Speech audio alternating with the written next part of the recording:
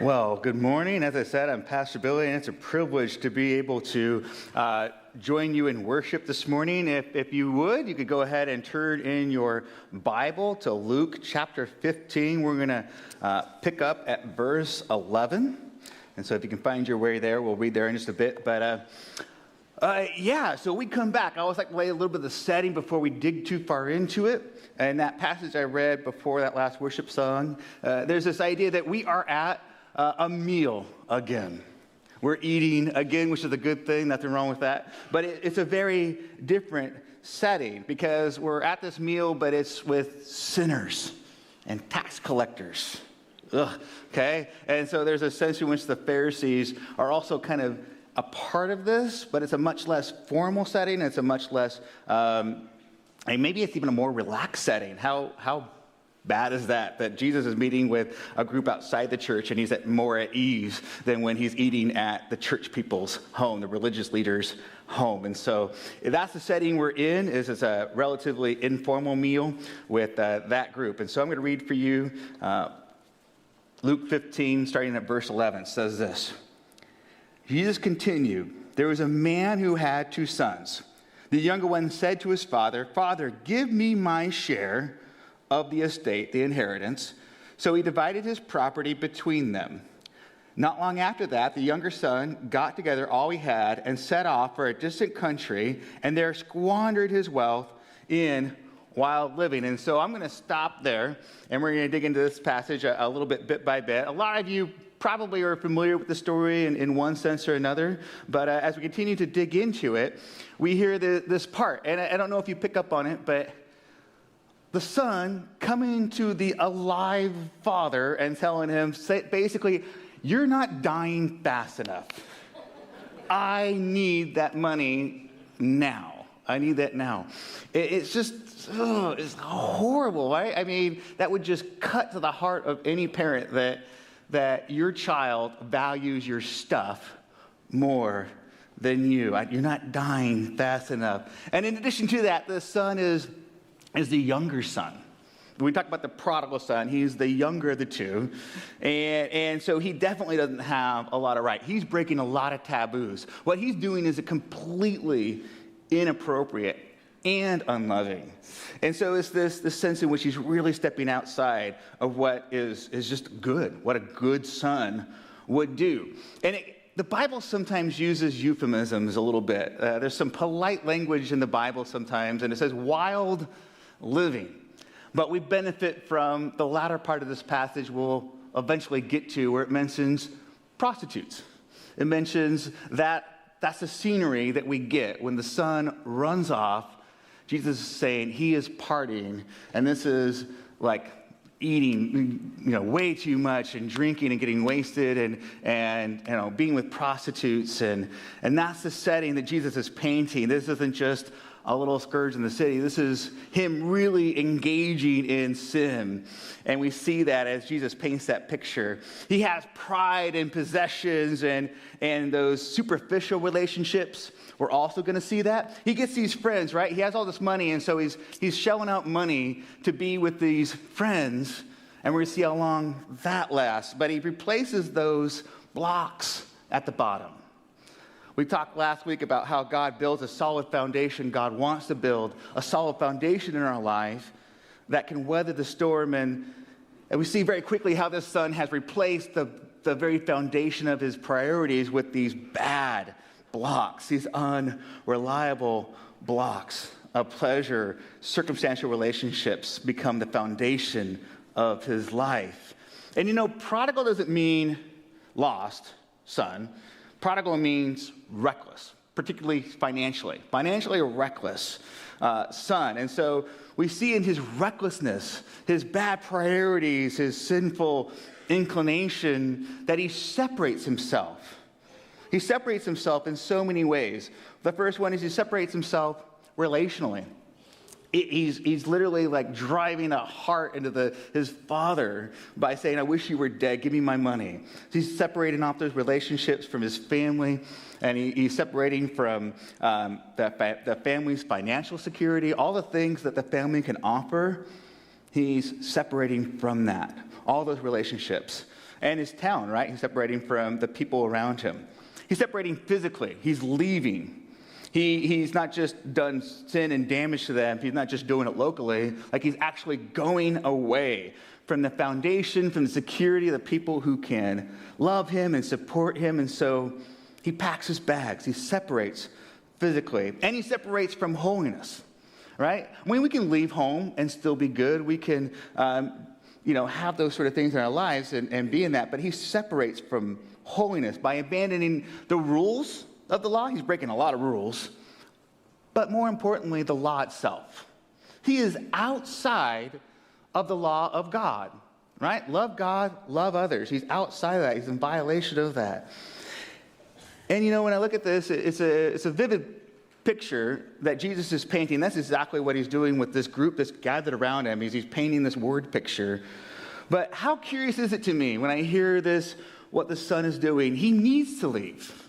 And how often does that happen? When we want to engage in sin, when we want to seek it out, when we get there, we want to dwell in it, or when we've been in it and the stink of it is on us, we have this compulsion to do that separate, to do that alone, that those dark deeds done in darkness, right?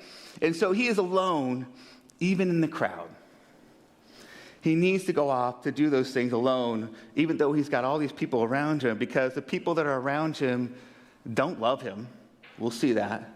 Don't care about him. The people who do, he needs to escape from in his mind so that he can engage in these desires that he has.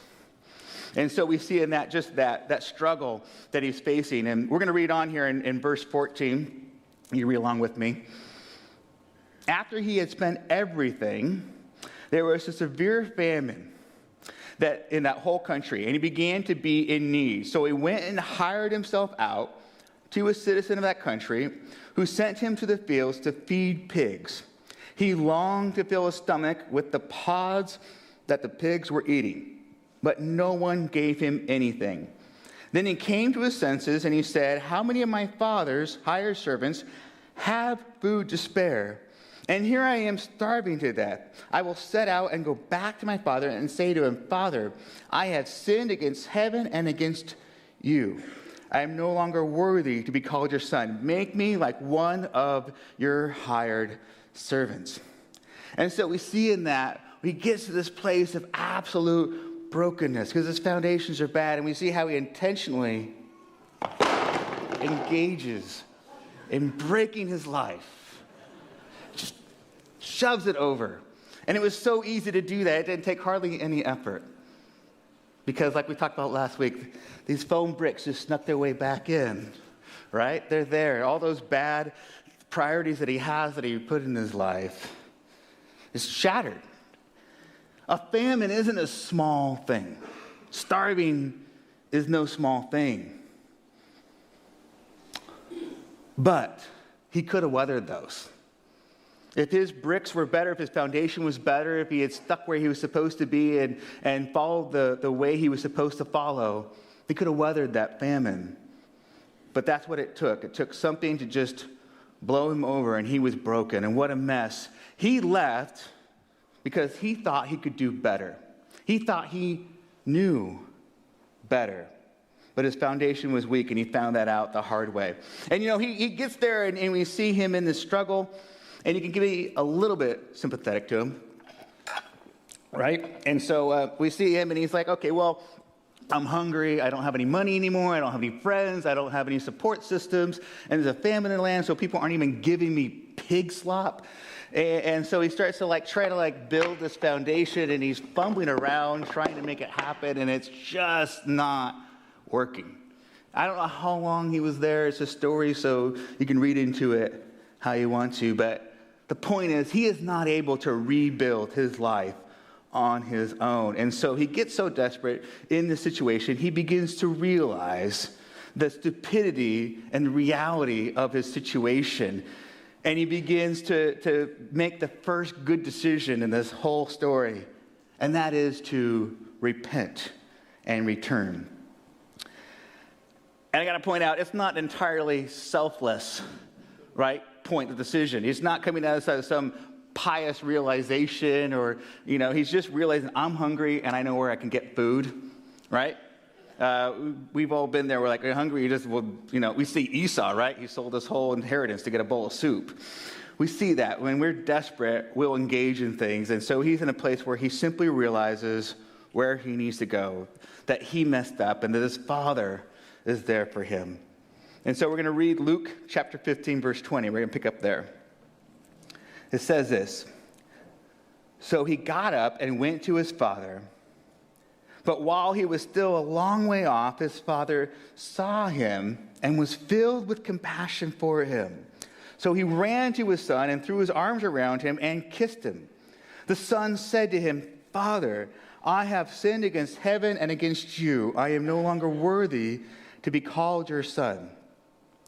But the father said to his servants, 'Quick, bring the best robe and put it on him. Put a ring on his finger and sandals on his feet.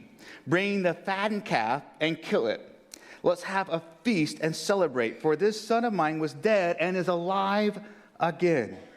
He was lost and found.' So they began to celebrate." This is, in my opinion, one of the most beautiful passages in the whole Bible. We see in this, it's such a perfect picture of the Father's relationship to us and the love that God has for us. And we see in that, we may not pick up on it today because it's a different era, but there's a real sense that at the time, this would have been a very undignified picture of a father and son relationship. That, fathers were supposed to be stoic and in charge and in control, particularly of their emotions, and they were judicious. And so this idea of an older man running after his adult son and embracing him in that way and kissing on him and hugging him and just being so overcome with love and emotion is something that really would have been poignant to the people hearing it of the time. It would have been extravagant and undignified.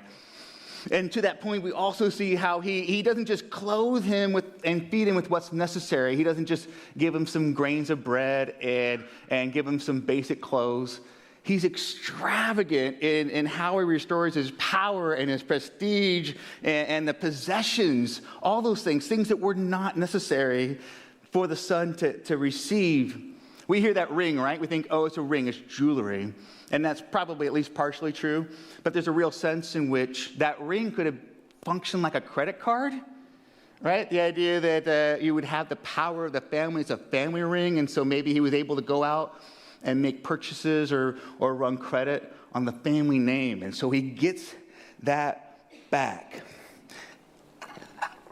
And when I hear this story, I can't help but think about I don't know if you know families like this, but you'll hear a story about some teenage son who gets a Mercedes or a Miata or whatever it might be, right? And he crashes it, and it's his fault. He was goofing off, he was racing it, and he crashes it, and the car is totaled.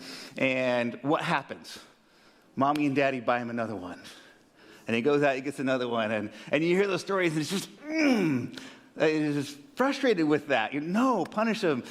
Make him ride a tricycle to school, right? I would have been happy to have that 300,000-mile Honda Accord, right, replaced.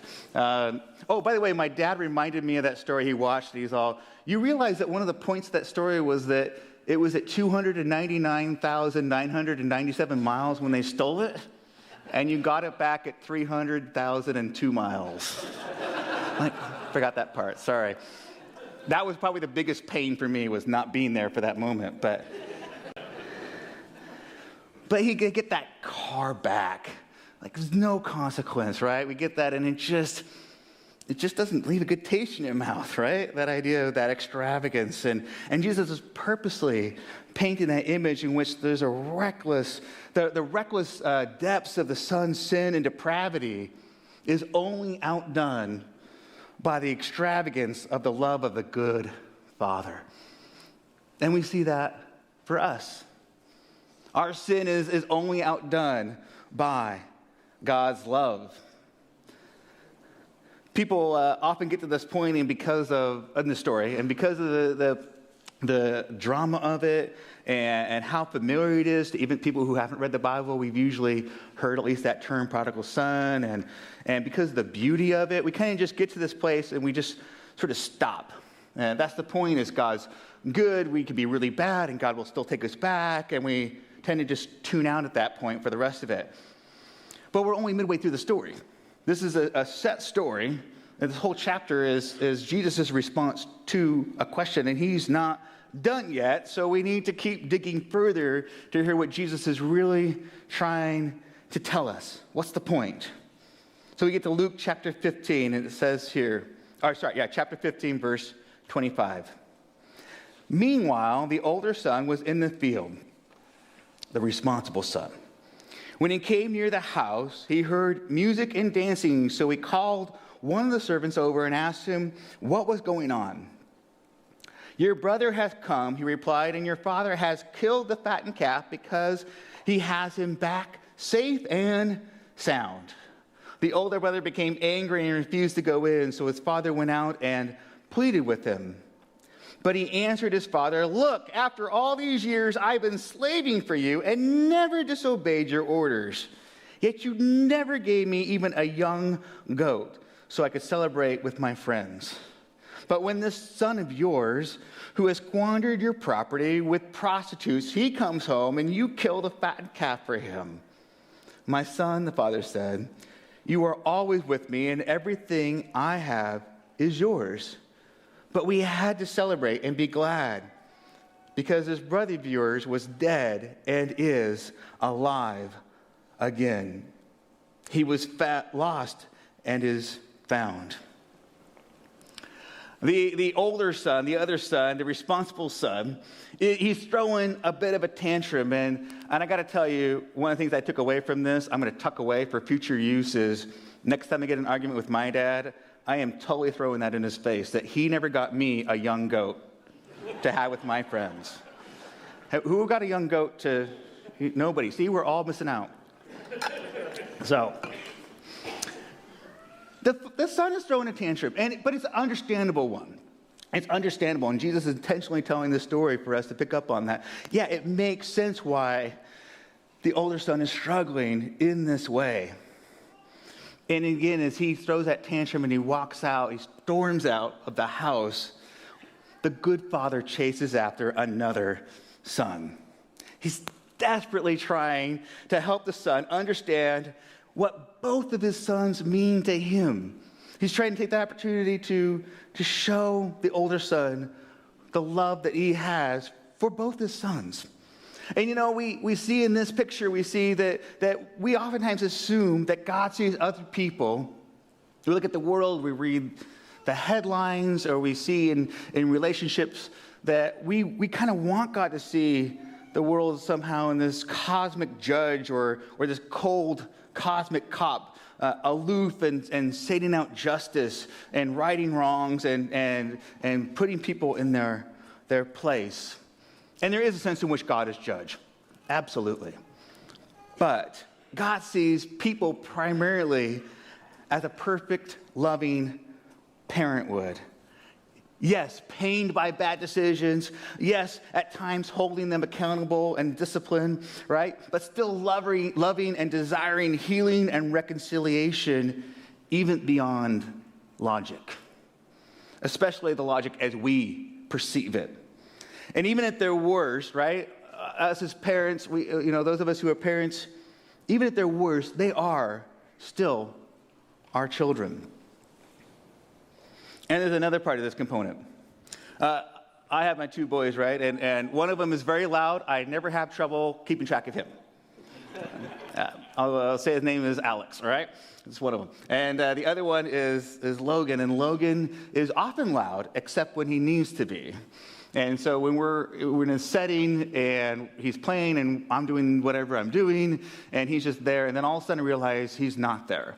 And he has been in this position and he's just kind of gone, and I go, all right. And then I kind of look for him, and you go through those stages as a parent, right? At first you're kind of confused, like, where are they? You go through that first stage and then you're frustrated.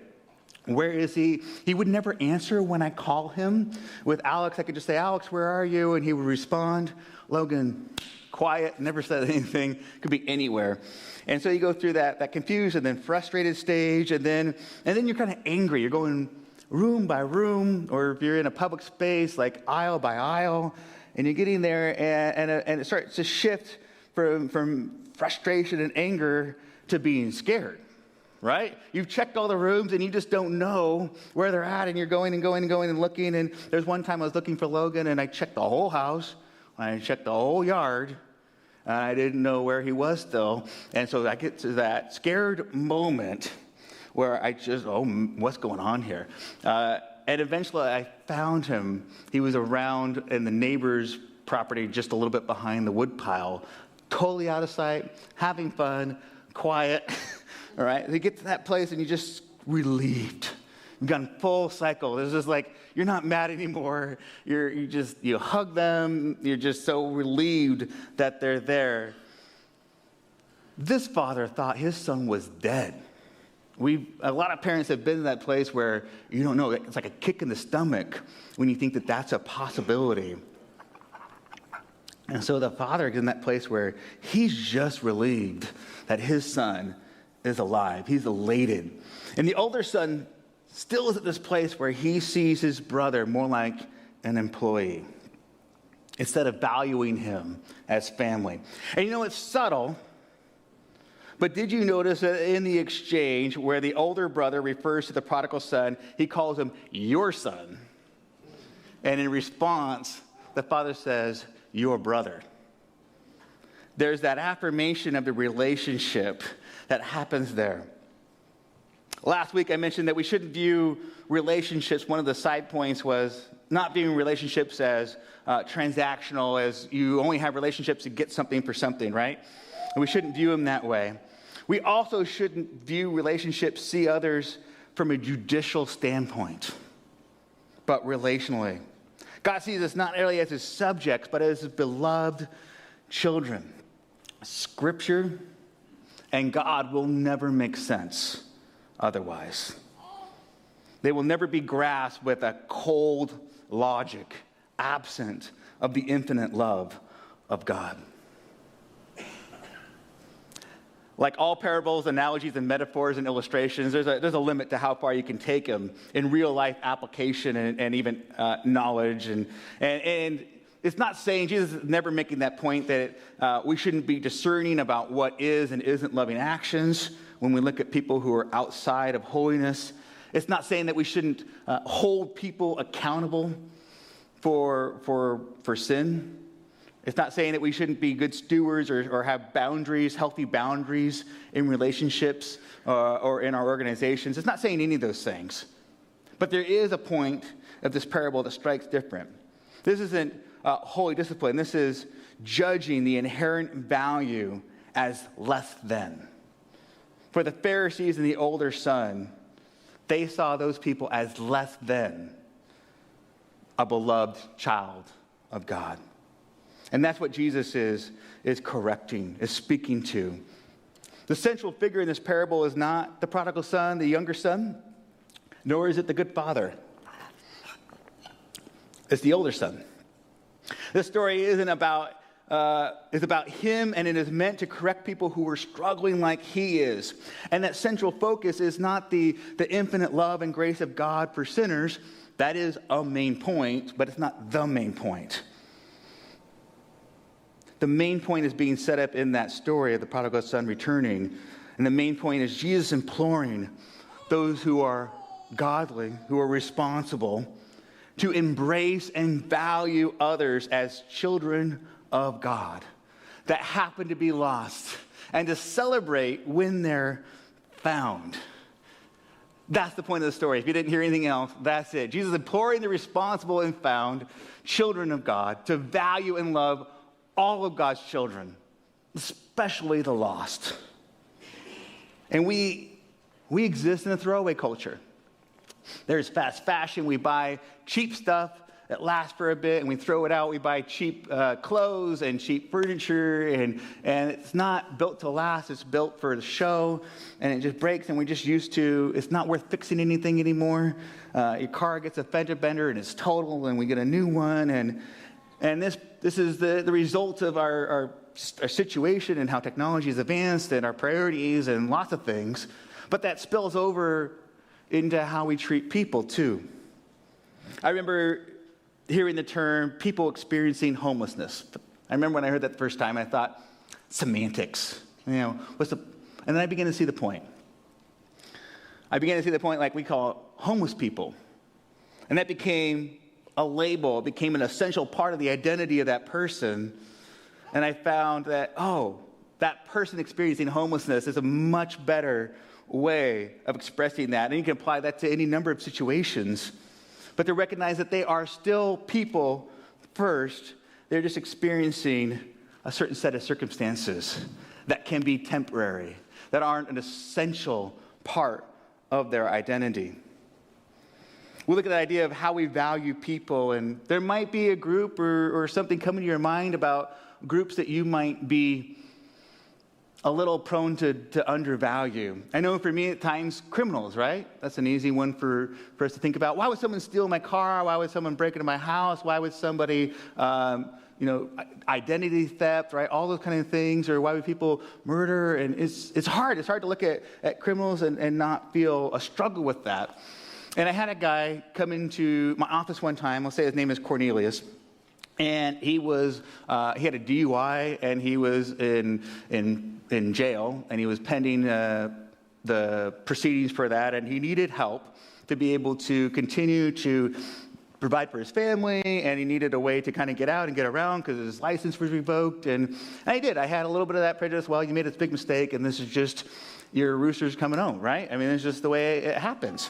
And but I was still trying to help him, still working through that, and over the next months, I thought it was just a day, but over the next months, it was 4 or 5 months of working with Cornelius, I began to understand a lot more about who he was and why he was in that situation, and it really challenged my view of it.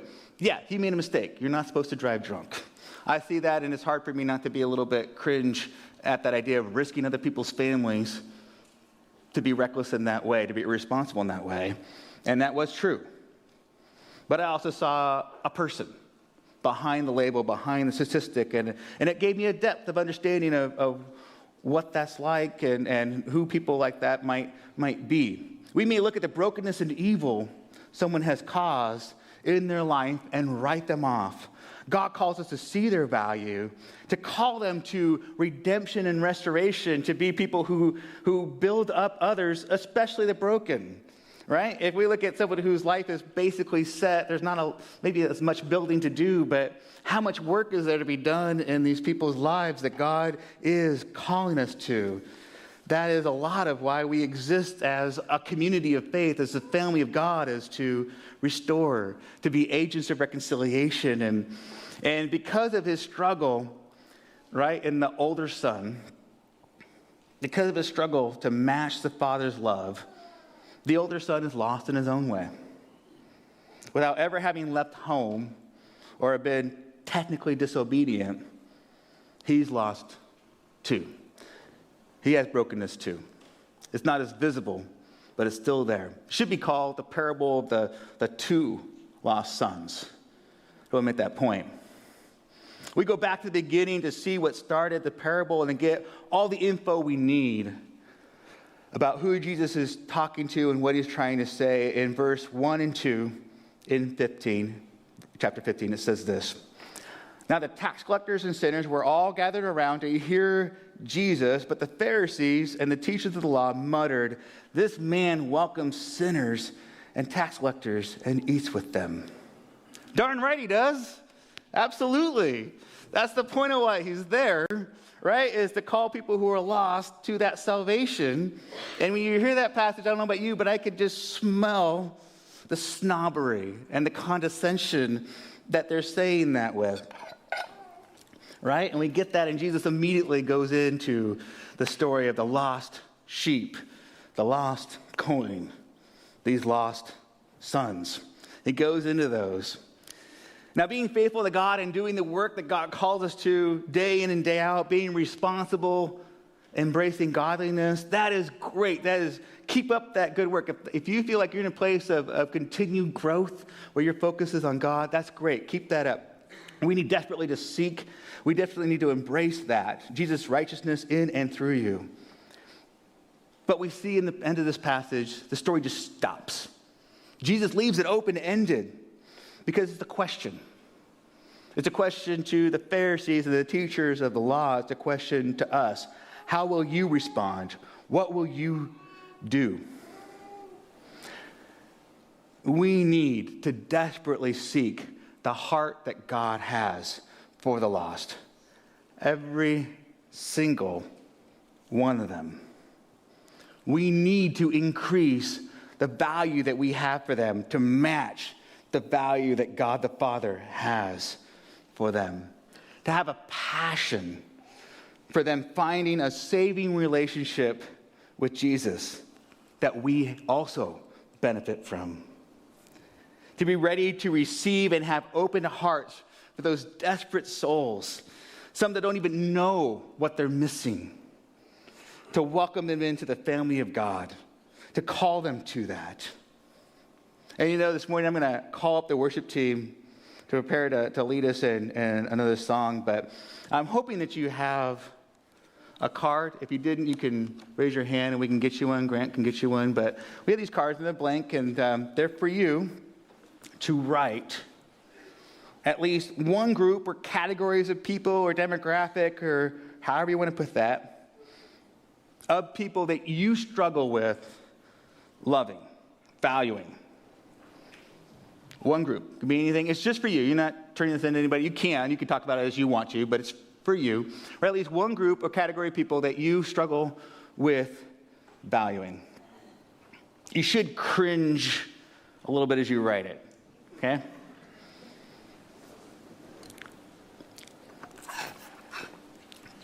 You can also write at least one name. It could be a famous person. It could be a familiar person that you struggle with valuing and loving. And I know for some of you this is, a little distant, a little academic. Like for me, mentioning criminals, my life hasn't been devastated by criminal activity, and writing that down might just be a mental exercise or a way to get closer to the heart of God.